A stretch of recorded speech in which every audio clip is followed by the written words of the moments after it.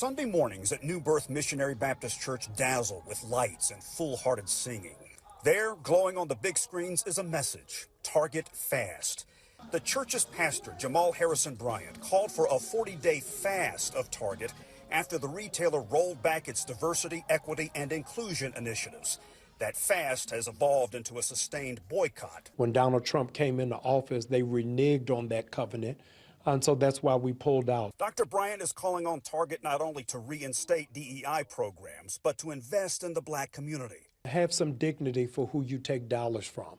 Reinvest in our community. Now, 5 years to the day that Minneapolis police officer Derek Chauvin knelt on George Floyd's neck for 9 minutes, 29 seconds, he's calling for a prayer offensive. People from churches across the country will stand outside Target and pray for 9 minutes, 29 seconds. I think that it is a spiritual engagement. It is righteous indignation. So we're not going with any picket signs or any banners. We're going with the power of prayer, because that is our weapon of choice. The boycott has been bruising. Reports show that Target's foot traffic and stock price have gone down since it started. On this somber anniversary, Dr. Bryant says these prayer services are not meant to be disruptive. It is not our intention to stop anybody from coming, but to really pray publicly.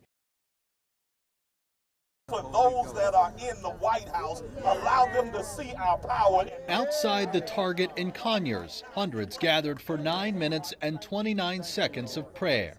The exact amount of time that Derek Chauvin applied pressure to George Floyd's neck, we are applying pressure through prayer. Pastor Jamal Bryant of New Birth Missionary Baptist Church continued his calls Sunday for a nationwide boycott of Target, protesting the corporation's decision in January to roll back its diversity, equity, and inclusion program. To see mega companies now walk away from diversity, equity, and inclusion is a stark contrast from where we were 5 years ago.